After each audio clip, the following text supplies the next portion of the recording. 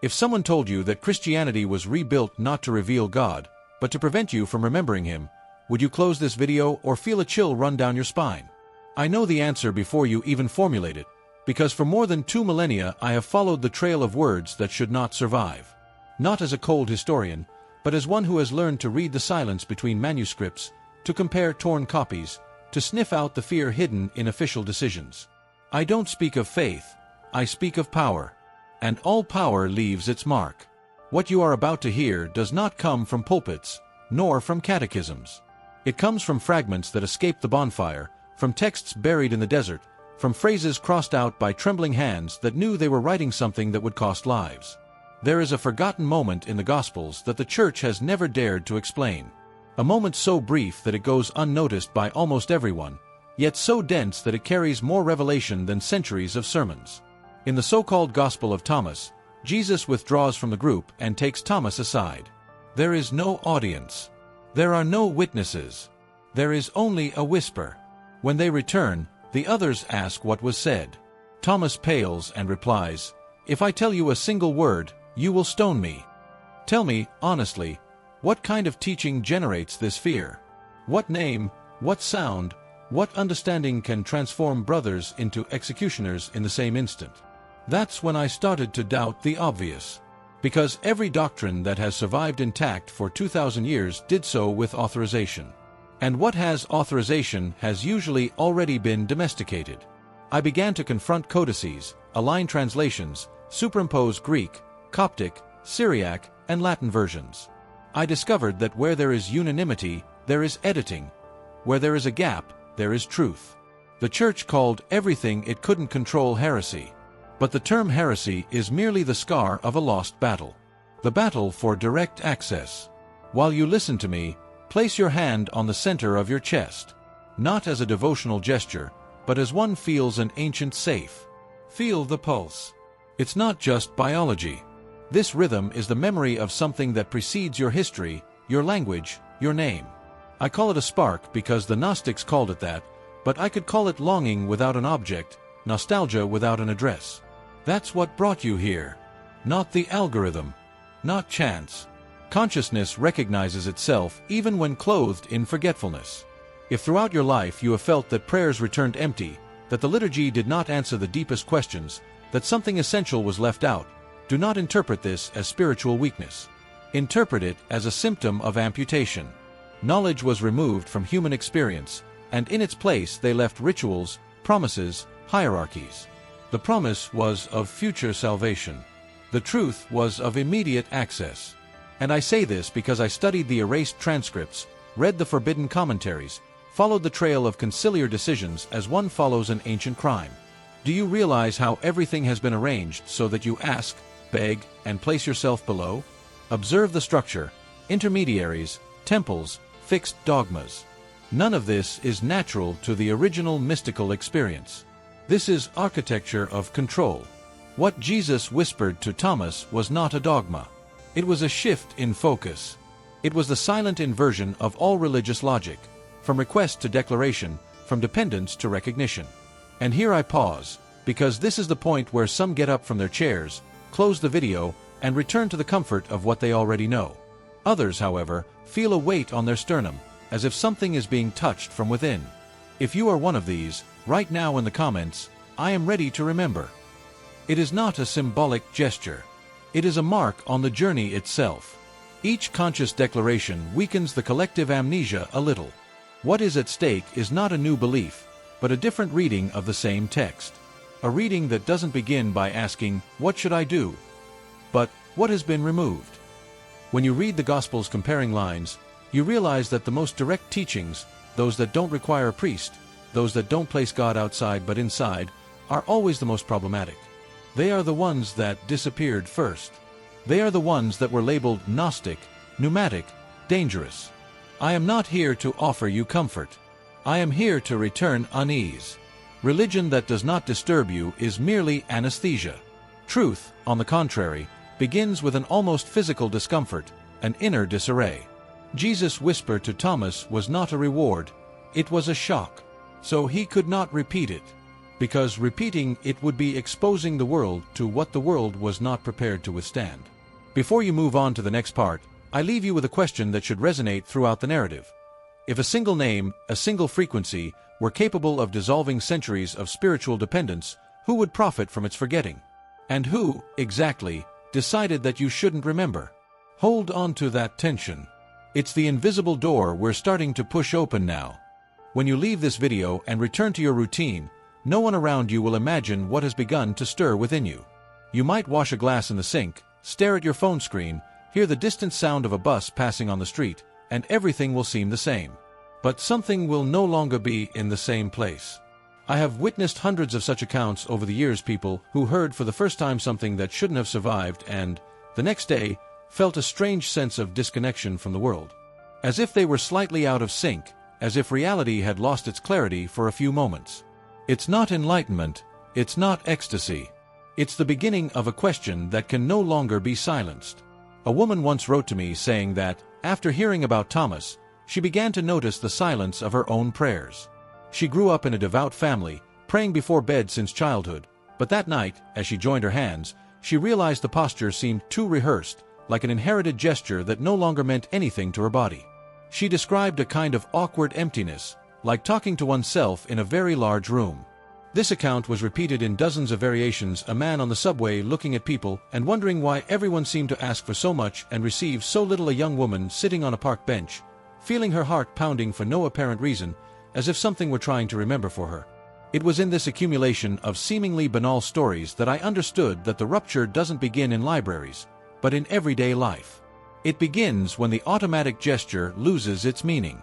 When you realize that the way you learn to relate to the divine is identical to the way you learn to ask for a discount at the supermarket or beg for attention in a tired relationship. Always outward, always upward, always with the feeling of not being enough. The Gnostics didn't speak of a single God because they observed the world with the same strangeness you may be beginning to feel now. They noticed an undeniable contradiction. If the source of consciousness is perfect, why is the world we experience so truncated, so full of noise, so prone to empty repetition? It was from this unease that the idea of two principles was born. One absolute, silent, impossible to capture in words. The other, limited, obsessed with form, control, and obedience. This isn't some distant mythology, it's a psychological reading of everyday life itself. Think about how you feel when you try to change something essential in your life and, without knowing why, an invisible force seems to pull you back to the same pattern. Same choices, same promises, same weariness. This doesn't resemble loving creation, it resembles maintaining a system. I often say that the archons no longer need temples. They've settled into habits. In the notification that interrupts your silence, in the manufactured urgency that prevents you from being alone with yourself for more than a few seconds. Have you ever noticed how difficult it is to simply be silent without picking up your phone, without opening another tab, without seeking distraction? This discomfort isn't boredom, it's defense. Defense against the only space where something could truly be remembered. And here comes the unexpected twist. People believe that ancient texts speak of distant entities, inaccessible metaphysical forces. But when you read the Gnostic fragments carefully, you realize they describe something very intimate: the capture of attention. They speak of guardians not as monsters, but as structures. As patterns that intercept any attempt to return to the source before you even realize it. The request becomes habit. The habit becomes identity. And the identity defends itself, as if it were you. Once, while leafing through a little-known translation of Pistis Sophia, I found an almost faded footnote. The translator described a Coptic term that had no direct equivalent in any modern language. He translated it as frequency watchers. I found it too poetic for an academic work, but something there made sense. Frequency not in the vague mystical sense, but as an internal state. You can't access anything beyond what you can sustain internally. Perhaps that's why the Church preferred to teach how to ask. Asking doesn't require support, only hope. Declaring, on the other hand, demands responsibility. When you realize that the spark isn't outside, but within you, the entire architecture of dependence begins to tremble. It's not comfortable. It's destabilizing. I've seen this in people who, after years of devotion, felt almost guilty for questioning, as if doubt itself were betrayal. But what is more treacherous, questioning or remaining anesthetized? If you're currently feeling a strange mix of recognition and resistance, that's the most common sign that something has begun to shift. It's not euphoria, it's friction. As if two internal narratives are vying for space. One says continue as always, none of this is real. The other, quieter one, simply observes and waits. Allow yourself to feel this tension for a few moments. Don't resolve it yet. Just perceive it. Because in the next part, one won't talk about concepts or metaphors. It'll talk about the exact historical moment when this form of access was considered too dangerous to survive. And you will understand why almost everything you've learned about faith has been shaped by fear, not by truth. When I speak of the Egyptian desert, I am not referring merely to a geographical location. I am referring to a state of oblivion so vast that only those who traverse its inner aridity can find something buried. In 1945, near Nag Hammadi, a peasant opened a clay jar expecting to find coins. He found books, dried leather, ink still breathing after centuries. There lay texts that official history claimed had been erased, as if the earth itself had decided to preserve what men wanted to erase. These manuscripts didn't speak of spectacular miracles or a faith based on future reward. They spoke of recognition, of an inner presence that didn't need to be mediated. I first read these texts as a young man, in a quiet library room, and I had the physical sensation that something was wrong with everything I had learned before. Not wrong in the sense of false, but incomplete, like a beautiful painting from which someone had ripped out the center. Gradually, I understood that the fear of the church wasn't about specific content, but about its stance. What these texts taught couldn't be organized into lines, nor managed by positions. They pushed the reader inward, into a kind of fertile solitude, where no external authority could enter. Have you ever wondered why the things that truly transform always seem to happen away from the stage, without applause and without official record? I continued studying the fragmented versions of the Gospel of Thomas and noticed something almost disturbing. The older the manuscript, the less it resembles a catechism and the more it resembles a notebook of personal notes. There are no lengthy explanations, only short, sometimes almost rude, phrases, as if there were no patience for persuasion. He who seeks shall not stop until he finds. That's how it begins. There is no promise, only method. One day, talking to a retired professor who had spent decades translating papyri, I heard a phrase I've never forgotten. He said that the history of religion is, in fact, the history of how direct experience was slowly replaced by institutional memory. People stopped living the encounter and started studying the account of the encounter. And over time, they forgot that there was something to be lived. This substitution didn't happen all at once. It was like a slow erosion, so gradual that no one noticed the exact moment when the practice became mere representation. Even today, when I enter an empty church, I feel more silence than presence. Not a contemplative silence, but a silence of forgetfulness, as if something were missing and no one remembered what it was anymore. Could the deepest absence not be that of something that existed and has ceased to be named? By cross-referencing Gnostic texts with letters from 4th century bishops, I found traces of panic disguised as zeal. They condemned not only ideas, but behaviors. There was an obsessive concern with people who prayed differently, who didn't ask, but spoke, who didn't put themselves below. This is fascinating because it reveals the exact point at which spirituality ceased to be about encounter and became about hierarchy. In one of these letters, a church leader describes a group that met without an altar, without special vestments, without a fixed order. He writes with disdain, but beneath the words lies fear. Fear of something that cannot be contained. Fear of a practice that does not generate dependence. When I reread this passage years later, I thought about how many people today feel displaced within structures they no longer recognize as their own.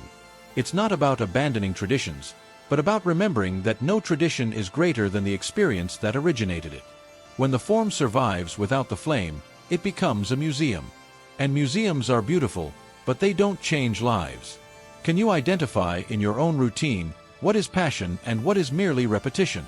There's a curious detail in the Gospel of Thomas that almost no one comments on. It wasn't written to be explained, but to be reread. There's no continuous narrative, only sayings that function like mirrors. Each reading reveals something different because it's the reader who changes. This is the opposite of fixed doctrine. It's a text that grows or shrinks according to the inner availability of the one who encounters it. Once, a reader told me that she kept a folded passage from this gospel in her wallet. Not out of devotion, but because, whenever she felt lost, she would open the paper and read the same sentence, and the sentence seemed different. The text didn't change. She changed. This kind of relationship with the sacred doesn't create followers, it creates observers of themselves. Perhaps that's why these manuscripts needed to be buried. They don't survive well in the bright light of institutionalization. They need partial shade, readers willing not to understand everything immediately.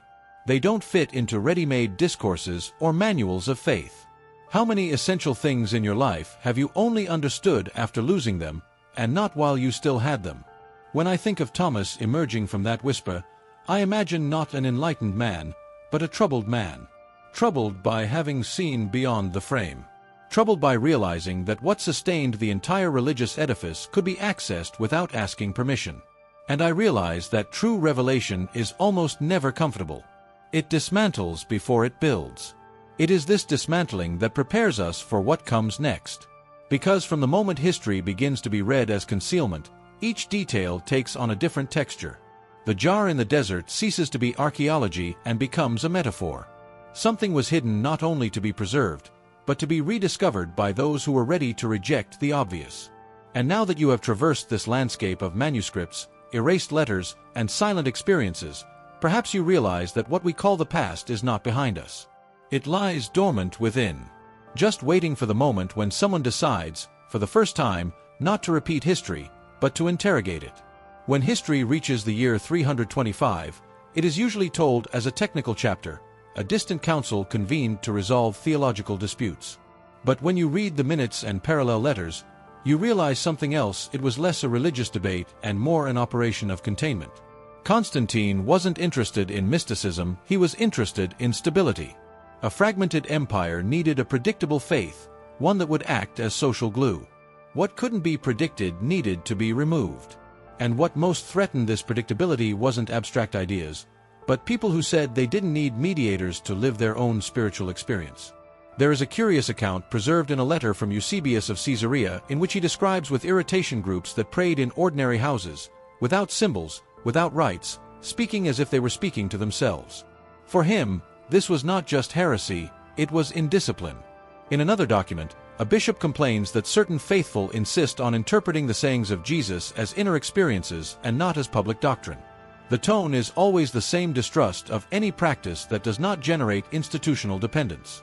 It is not improbable to imagine that, in the corridors of Nicaea, the concern was not whether Christ had one or two natures, but how to prevent faith from becoming something uncontrollable. An empire can negotiate with priests, but not with consciences that perceive themselves as autonomous. Thus, little by little, the discourse changed. What was once presented as a path was replaced by creed. What was once lived was transformed into memory. Direct access gave way to authorized access. What is most striking is that the elimination didn't happen solely through bonfires. There was something more: effective silence. Texts ceased to be copied. Questions stopped being taught. A manuscript doesn't need to be burned if no one else knows it exists. In a 5th century inventory, for example, there is a list of books considered not recommended for communal reading. The Gospel of Thomas is there, not as a forbidden work, but as something that confuses the simple. The word confuse, in this context, is almost an unintentional compliment. At the same time, improbable stories emerge. Monks who, upon leaving the monastery, carried hidden small sheets of papyrus sewn into the lining of their robes. Merchants who traveled with coded phrases in business letters, using seemingly banal language to preserve fragments of texts that could no longer circulate openly. I once found a reproduction of a Coptic amulet on which, on the reverse side, someone had engraved not a prayer, but a question. Nothing more. Just a profound question that didn't fit into the liturgy. These small gestures reveal that not everyone accepted the closure as definitive. Some understood that the best way to protect something is not to expose it, but to hide it in unlikely places. The desert was one of those places. Not by chance. It is dry, silent, inhospitable, as if outside of time. It is the kind of space that doesn't attract those seeking gold, but holds treasures for those who accept the delay. In 1945, when that jar was accidentally opened, the world was emerging from a devastating war. Cities in ruins, people trying to rebuild meaning after a global collapse. It's almost poetic that, at that precise historical moment, texts buried by fear have resurfaced. As if history itself were saying that all reconstruction begins with a forgotten question. There is another rarely mentioned detail. For decades after their discovery, many of these manuscripts remained inaccessible to the public. Not due to explicit censorship, but because of bureaucracy, academic disputes, and institutional slowness. Books that discussed direct access remained locked away in vaults, catalogued, and discussed in closed rooms. The content was public in theory, but invisible in practice. Yet another layer of distance. I met a researcher who spent years trying to obtain permission to consult certain fragments. When she finally succeeded, she described the feeling of holding pages that seemed to have traversed time to challenge precisely the kind of structure that now kept them locked away. She found no secret doctrine there, only a different way of looking at what has always been before us.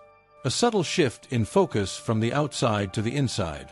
This change, however, has never been comfortable. Whenever someone tries to experience spirituality as an experience and not as an adherence, resistance arises. Sometimes external, sometimes internal. You may recognize this in your own life. How many times have you felt the urge to be silent, to step away for a few minutes from the flow of obligations, and something within you quickened the pace, opened another task, filled the space? This automatic movement is older than it seems. What Nicaea formalized was not just a creed, but a rhythm. A way of relating to the sacred that doesn't require pause, only repetition. And repetition, when not conscious, becomes noise. The curious thing is that, throughout the centuries, most people haven't rebelled against it. They've adapted. Because adapting is less tiring than questioning. But here we are, many centuries later, reading fragments that escaped erasure, feeling a discomfort difficult to name. It's not about rejecting everything that came before, but about realizing that something essential was left out when faith became political. And perhaps the greatest surprise is discovering that this something is not hidden in distant libraries, but in the way you perceive yourself when no one is looking. From here on, the story is no longer just about ancient texts, but about you. Because understanding what has been closed is only half the battle. The other half is realizing what, despite everything, has never stopped beating. And that cannot be decided by councils, nor erased by decrees. It's closer than it seems. As you approach the end of this journey, something begins to accelerate inside, as if the text itself were shortening the distance between what you read and who you are. It's not ordinary anxiety, it's a kind of silent anticipation, similar to the moment before recognizing someone on a crowded street. You don't yet see their face, but you already know they're there. I've observed this movement for years, in different readers, in different countries, in contexts unfamiliar to each other, and the sensation described is always the same: a gentle pressure in the center of the chest, as if an invisible door were being tested from the inside. For a long time, I too hesitated to cross that threshold. Not because I lacked information, but because I lacked an inner resolve. Gnostic texts don't speak of formulas, they speak of disposition. They suggest that remembrance doesn't happen when someone teaches, but when someone consents. And this consent is strange, because it's not for something new, it's for something too old. It's like allowing a memory that has never been consciously lived to finally find space to emerge. I once received a message from a reader who said he had dreamed of corridors full of doors. None of them had doorknobs.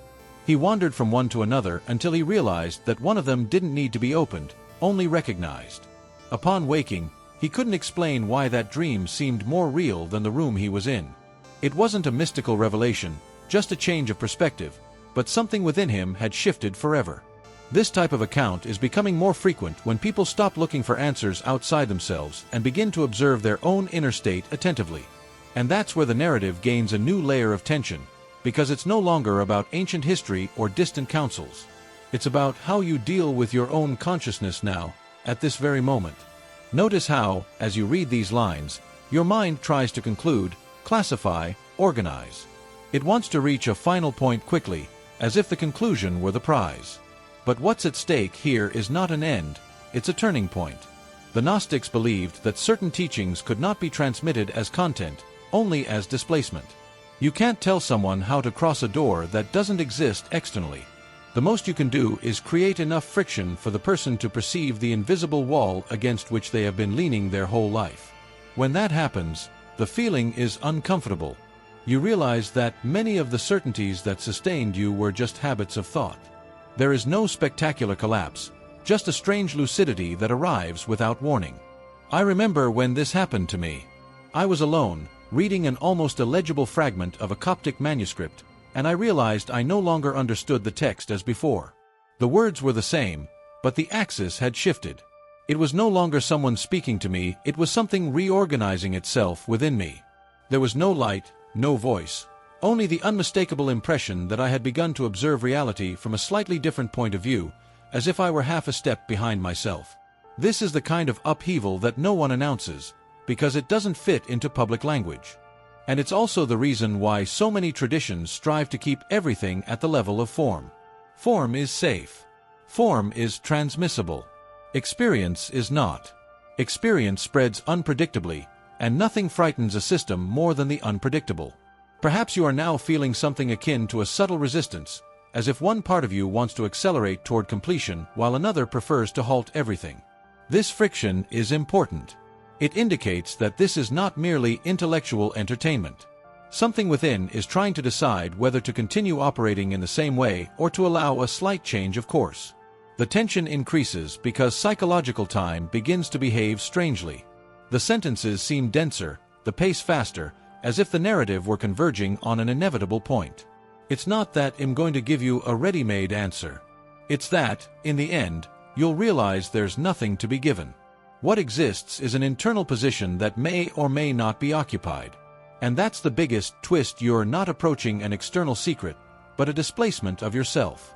Everything that has been told so far, the buried texts, the counsels, the erased letters, has only served to weaken a single belief that the origin lies outside. When that belief crumbles, even if only for a few seconds, something opens up without needing a key. Don't expect trumpets or visions. Expect something more subtle and, therefore, harder to ignore, the feeling that what you call I is not the center, but the frame. And frames, when recognized as such, cease to be prisons and become passageways. You're almost at the point where you can no longer pretend that all of this is just narrative. The last part won't add much in terms of information, but it will demand an honesty that you may not have practiced before. Because, after you perceive the invisible door, the biggest question isn't where it is, but why you hesitated so long to go through it. Now that you've come this far, it no longer makes sense to pretend this journey was merely intellectual. Something has been silently shifting as you read, and I don't need to prove it with arguments. Just observe how your body feels now. Perhaps more alert, perhaps slightly tired, perhaps with a strange mix of clarity and restlessness. This is the exact state from which transformation becomes possible. It's not ecstasy, it's not fear, it's presence. And presence is the only point where something real can begin. For centuries, you were taught to look outward for authorization. You were told that access to the sacred depended on formulas, specific environments, and people invested with power. But as you journey through these 6 parts, you've already realized that what has truly been forgotten is not a text, but an attitude. The attitude of someone who recognizes themselves as the source of experience and not merely a receiver. The attitude of someone who doesn't ask to exist, but perceives themselves as existing before any request. I want to propose something simple to you now, something that requires no symbols, no special words, and no blind faith. It only requires availability. Sometime today, when you are alone, turn off any distractions and sit in silence for 3 minutes. Just 3. Not to pray, not to ask, not to give thanks. Just to observe your own inner state without trying to change it. If thoughts arise, let them pass. If discomfort appears, don't fight it. Just remain. This gesture seems small, but it breaks an old pattern, that of immediately fleeing from oneself. On the second day, repeat this silence for 5 minutes and add a conscious observation. Ask yourself, without answering in words, just feeling, from where exactly am I perceiving the world right now? Don't look for a phrase. Look for the sensation of being before any definition. It's like noticing the space between one thought and another. That space has always been there, but you have rarely inhabited it. On the third day, Do the same exercise and, when you finish, write a short sentence about what you noticed, even if it seems trivial. Not to analyze it, but to anchor the experience. This record is important because, when routine tries to erase what you began to feel, you will have a concrete mark that something happened. These 3 steps are not a spiritual technique, they are a re-education of attention. You are teaching yourself to stay where you were previously just passing through. Over time, you will notice small changes, clearer decisions, less manufactured urgency, a strange feeling of being whole even without solving everything. This is not magic. It is a consequence of inhabiting your own center. Perhaps you wonder if this is enough. It's not enough to solve your life, but it's enough to start living it from a different perspective. The goal was never to transform you into someone special, but to give you back something that has always been available and has been stifled by excessive noise. Throughout this narrative, we've discussed buried texts, counsels, and erasures, but true restoration doesn't happen in history, it happens in everyday life. When you change the way you relate to yourself, the world around you responds differently, not because it has changed, but because you no longer react from the same point of view. If at any point you feel the urge to abandon this practice, observe that urge with curiosity. It's not the enemy, it's simply a habit trying to preserve itself. The difference now is that you can see it instead of automatically obeying it. And that is freedom in its most discreet form. Before we wrap up, I want to ask you something simple and honest. If this content touched you deeply, please like this video. If you'd like, leave a comment, even anonymously, writing just one word that represents how you feel right now. And if this path resonated with you, please subscribe to the channel.